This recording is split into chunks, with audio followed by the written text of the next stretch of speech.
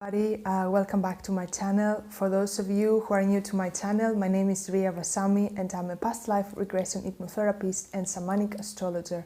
Today I will be sharing with you how to deal with intense emotions and 4 ways to manage these intense emotions. So first of all, I would like to share with you that our emotions are our teachers. Our emotions are here to show us, to teach us what we like and what we don't like, what is good for us and what is not. That's the way our body is communicating with us. So when we suppress our emotions and we don't want to actually feel them or deal with them, we don't learn the lessons.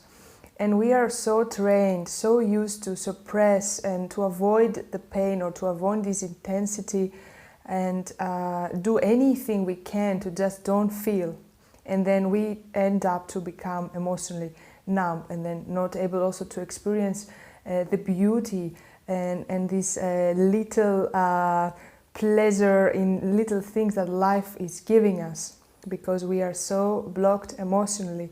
So 4 different ways to deal with intense emotions. The first way is to connect with the water. Emotions are connected with the water element, and when we feel intense emotions like sadness, anger, anxiety, it's amazing healing to spend time by the water. If it's by the sea, by the river, by a lake, and if you don't live close to a place where there is water in nature, you can always connect with the water element, having a shower or having a bath.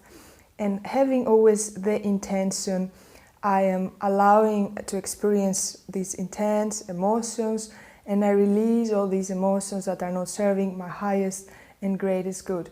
So the water is a beautiful healing and cleansing element. Also, when we don't have the opportunity also to go in nature or in the water, connect with the water, or have a shower or a bath, we can always sit in a meditation and visualize a stream of clear water just from on the top of our head, cleansing our whole body, or a waterfall cleansing our whole body, and again saying the same intention. The second way to deal with intense emotions is journaling. I've been doing journaling for so many years, and it helped me so much in periods of crisis and intense emotions. So journaling is writing down how you feel, writing down your thoughts, and when you take all these out of you, just put them out on a paper, you will feel calmer, you will feel a relief. Because it's not always possible to have the opportunity to talk to somebody, to communicate how you feel, or to sit with your emotions, because that can be also a period of crisis when you're very overwhelmed to sit and just experience. So journaling then can be a great tool to work with. The third way to deal with intense emotions is walking in nature, and ideally is walking barefoot in nature, because actually the ground, the earth needs all this negative energy we are producing. Earth gets fed with this negative energy, and we actually need the positive energy that Earth is creating. That's why when we walk barefoot, we exchange energy and we feel this release, right?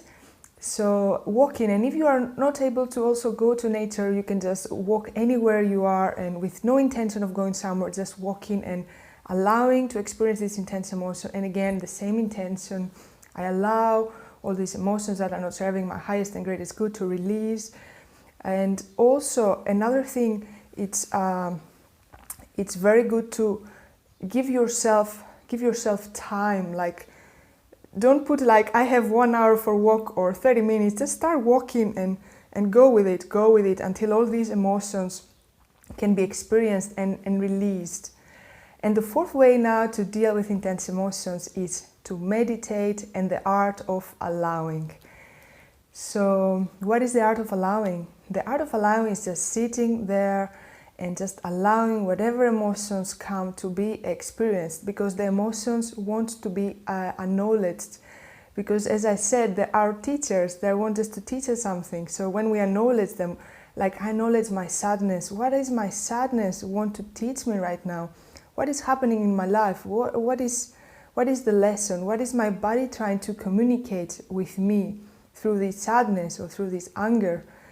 So the art of allowing, it's a very, very important thing, because this is also will break this resistance, because when we have resistance to experience whatever emotion it comes, that makes it actually stronger and more powerful, and more contraction it creates to our bodies. So that's all I want to share with you, these 4 ways I've been practicing for many, many years, dealing with intense emotions, and I find them very, very beneficial. I would love to hear from you in the comment section. What ways do you use for dealing with intense emotions? And also, if you enjoy my content, make sure you subscribe to my channel. Also press the button with the notifications so you can receive a notification every time I upload a new video.